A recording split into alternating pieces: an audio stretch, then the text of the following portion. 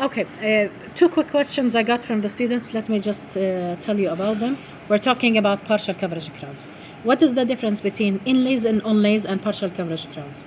Partial coverage crowns replace enamel and slightly part of the surface of the dentine. Inlays and onlays replace part of the dentine core itself. So this is the difference. Partial coverage crowns only replace the enamel on the surface and part of the surface dentine. But inlays and onlays replace part of the core as well. Okay?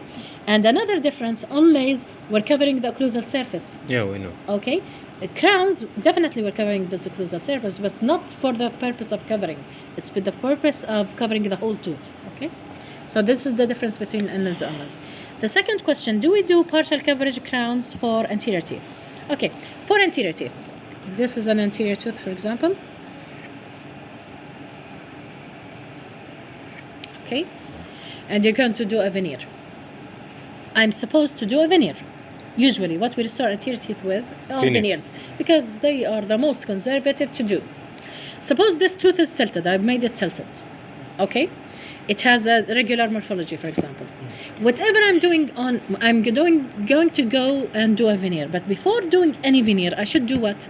Wax up. Wax up. First is the wax up. So I change the morphology of this tooth. For example, I want to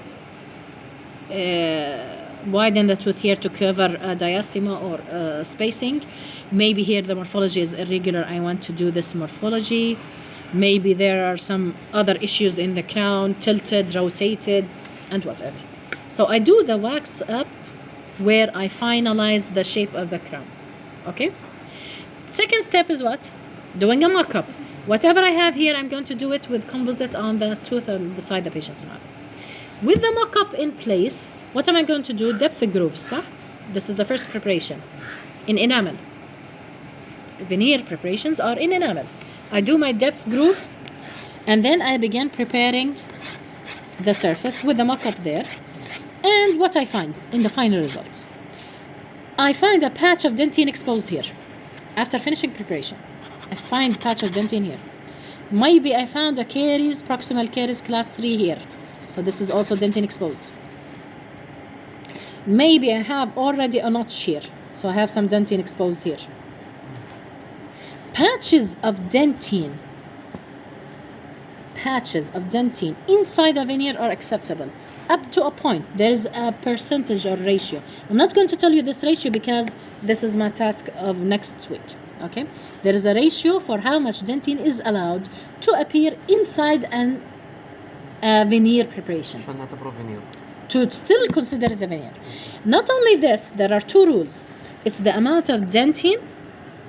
Okay, the ratio here, I'm not going to tell you the ratio, but how much is allowed for dentine to appear inside the veneer preparation.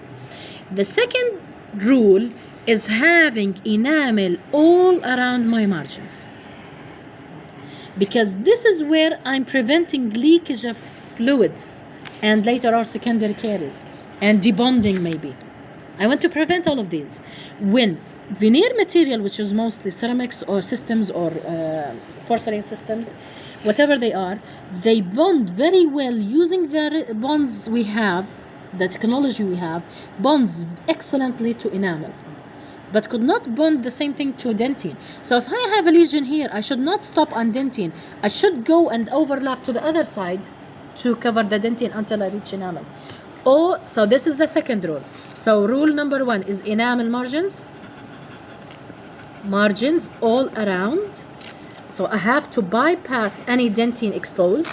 Okay, so I have dentine exposed here, I should overlap to the enamel palatally. If I have dentine here, I have to overlap to the enamel in my preparation, go to the enamel and end my preparations on sound enamel.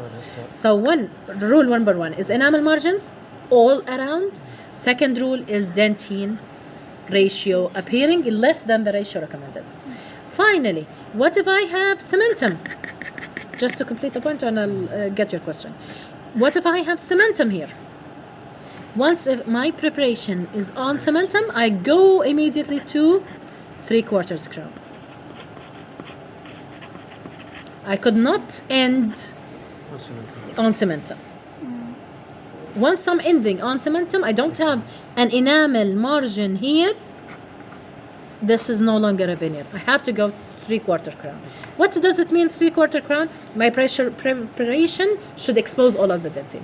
So I'm bonding. If I can leave some enamel and my material mechanically allows me to come in thin sections. For example, monolithic material allows me to use thin sections. But if I'm using porcelain, I could not make thin sections thinner than 1.5. صح ولا لا? Yes. This is material longevity, so I have to go into denting. But if I'm using a material that allows me to take thin margins, I could only leave dentin, but margins on enamel, wherever I can leave enamel, I leave it. But I'm considering it here as a chamfer preparation and crown preparation and specific to the depth of the material, shoulder or chamfer, depending on the material I'm using. Okay, but now it's a crown. Well, because I violated this enamel. This is when I have going preparation in cementum. So cementum is not allowed, dentin is not allowed. Margins should all be on enamel. And the ratio of dentin exposed is minimum. I'm not going to tell you, that's your task. What is your question? الفرض هنا كان في عنا كيريز. Caries, class 3 caries. بالضبط وشلناه نظفناه. You removed it. Okay. وعملناه بكومبوزيت. Composite filling. Yes. بقدر البريبريشن اعمله الفينش لاين على الكومبوزيت. No. Once more, composite is a weak material. You should end on enamel. You have to overlap. Suppose this was caries, okay? You removed it, you cleaned it, and this is the final preparation. You filled it with composite. So you've filled this with composite, okay? This is our labial surface. You should not end on a composite. You should overlap to the other side until you reach enamel. Veneers should end. But the problem with the overlap is what? You will not get the path of insertion. Yes. The problem with overlapping is path of insertion. As long as you can take a path of insertion, you can do it. But if you don't have a path of insertion, you have to remove excess material. Once more, you reach dentin. طب كيف نتأكد إذا إحنا يعني What? Path of insertion? Okay, path of insertion. When we go to باللاب. veneers, we'll talk about it. Yeah.